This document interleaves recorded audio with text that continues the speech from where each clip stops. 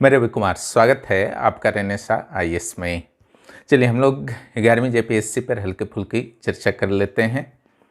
हाल ही में पेपर में जो न्यूज आया था उसी का स्पेशली विश्लेषण करना है। 11वीं जेपीएससी के संदर्भ में बहुत सारे कैंडिडेट, जैसा कि आपको पता है, बहुत ही बेसब्री के साथ इंतज़ार कर रहे हैं कि आखिर वैकेंसी क्यों नहीं आ रही, क्या प्रॉब्लम है, अब तक आ जाना चाहिए। निश्चित रूप से आ जाना चाहिए था और जेएसएससी के वैकेंसी आने की प्रक्रिया जारी है और एग्ज़ाम्स की प्रक्रियाएं भी शुरू हो चुके हैं। जूनियर इंजीनियर के एग्ज़ाम और सीजीएल के एग्ज़ाम आपके अक्टूबर और नवंबर माह के फर्स्ट वीक में प्रस्तावित हैं।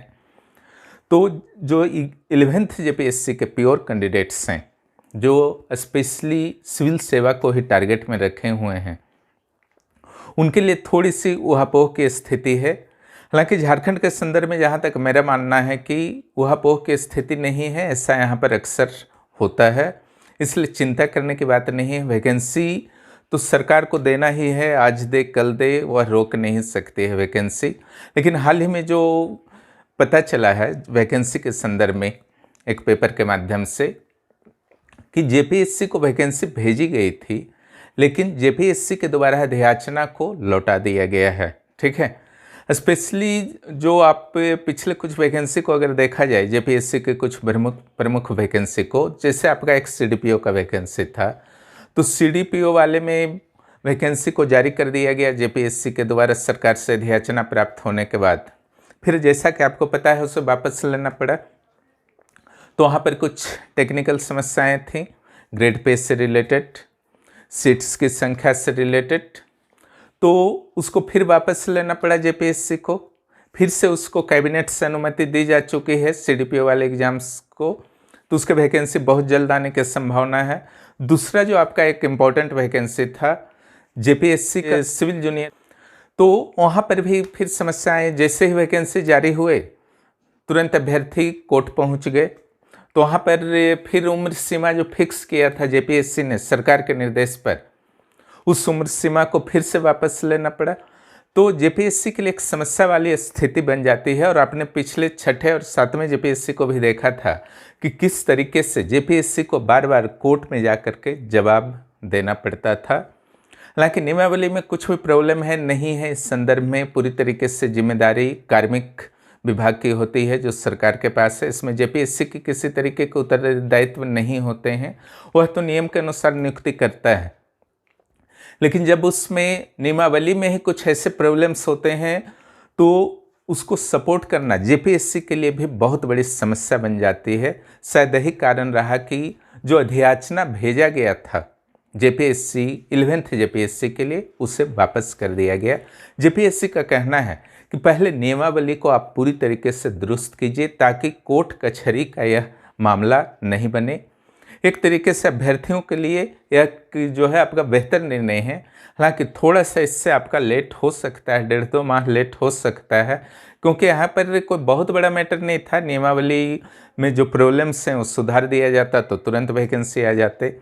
लेकिन यहाँ पर इतना जल्द तो कोई काम होता नहीं है। झारखंड में आपको पता है, इसमें हर चीज़ में, छोटे छोटे चीज़ों में भी अच्छे खासे समय लगते हैं। थोड़ी सी इच्छा शक्ति की तो कमी है, इसमें दो मत नहीं है। तो जेपीएससी का कहना है कि इस तरीके के झंझट में ज़बरदस्ती हम लोगों को जो कोर्ट में ले जाया जाता है, हमारे वकील को जाना पड़ता है, तो जो हमारा एक रेगुलर वर्क है वह प्रभावित होता है।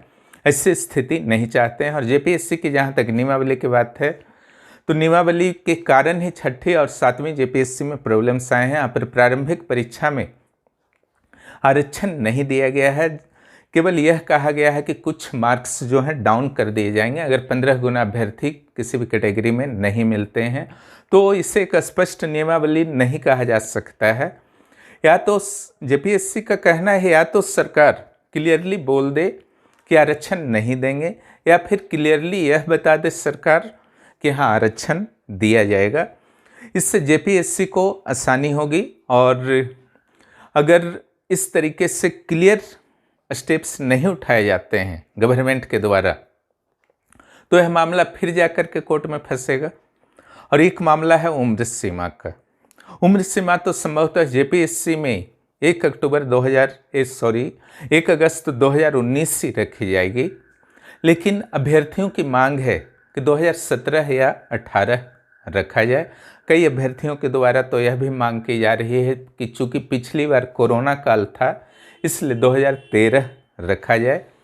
हालांकि 2019 तो लगभग कन्फर्म मान करके चलिए कट ऑफ डेट। सिविल जज जूनियर का जो आपका था उसमें 2023 रखा गया है, तो वो जेपीएससी में नहीं रहेगा, लेकिन 2019 से नीचे रखना या न रखना ये पूरी तरीके से सरकार के निर्णय पर रहेगा। हालांकि ऐसे अभ्यर्थी जो कोरोना काल में प्रभावित हुए थे उनके दृष्टिकोण से यह उचित लगता है कि उनको एक अवसर मिलना चाहिए। अगर वह देना चाहते हैं तो सरकार को प्रॉब्लम नहीं होनी चाहिए, सरकार को एक अवसर देना चाहिए। चुनावी माहौल है तो हो सकता है कि आपको अवसर मिल जाए। हाँ, कुछ प्रयास आप लोगों को भी अपनी ओर से करने पड़ेंगे इस सेक्शन में, है ना।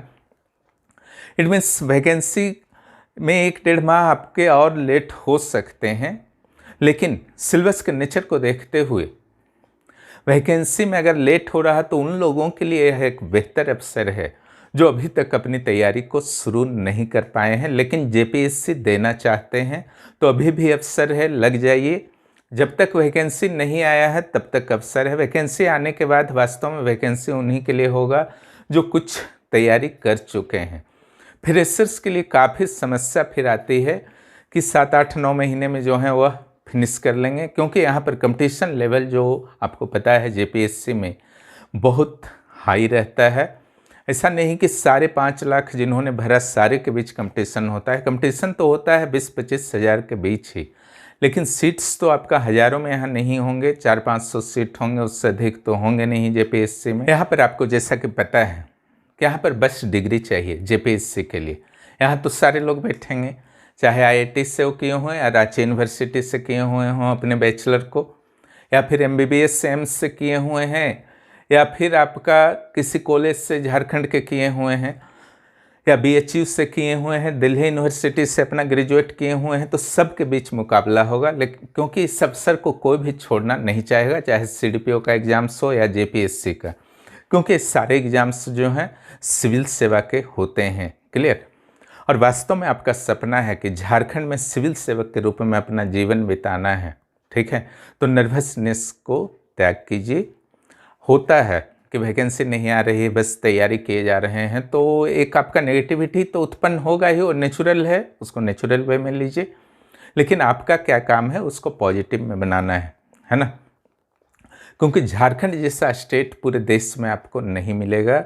यहाँ का क्लाइमेटिक दृष्टिकोण से, यहाँ का हर दृष्टि से एक बहुत ही बेहतर स्टेट है। अपने स्टेट्स को छोड़ करके इधर उधर दूसरे स्टेट्स में नौकरी के लिए आप प्रयास करेंगे, फिर यहाँ पर वैकेंसी आएगा, फिर यहाँ के लिए प्रयास करेंगे, तब तक काफ़ी पीछे आप छूट चुके रहेंगे।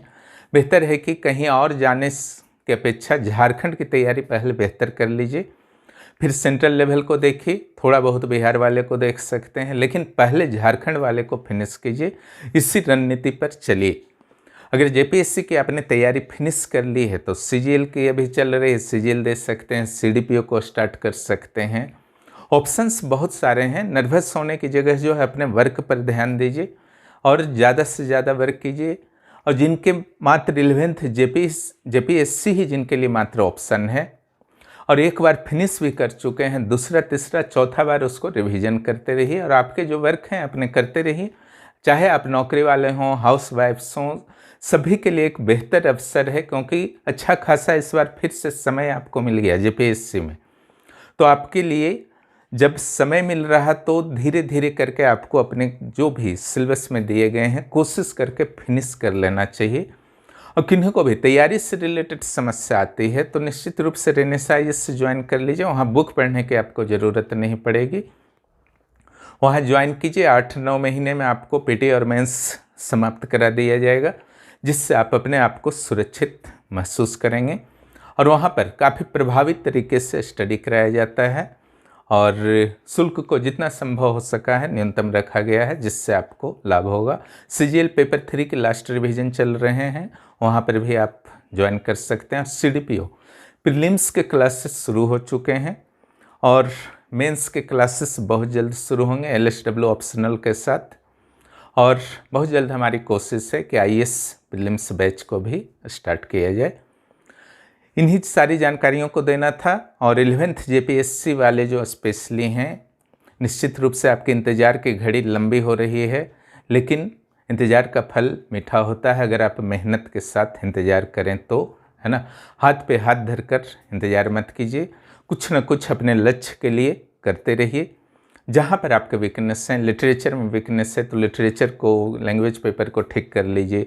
पेपर 6 में प्रॉब्लम हो, पेपर 3, पेपर 4, पेपर 5, जहाँ आपको लगता है कि हमारा यहाँ प्रॉब्लम है तो उसको सॉल्व कीजिए। आंसर राइटिंग प्रैक्टिस कीजिए। समय जो है धीरे धीरे पॉजिटिव वे में पार होगा और जब वैकेंसी आएगी तो आप बहुत ही स्ट्रॉन्ग पोजीशन में रहेंगे और फाइनल रिजल्ट में निश्चित रूप से आपका नाम होगा। वीडियो देखने के लिए बहुत बहुत धन्यवाद। जो भी इस चैनल पर नया है, चैनल को सब्सक्राइब करें और अपने दोस्तों को भी इस चैनल के बारे में बताएं।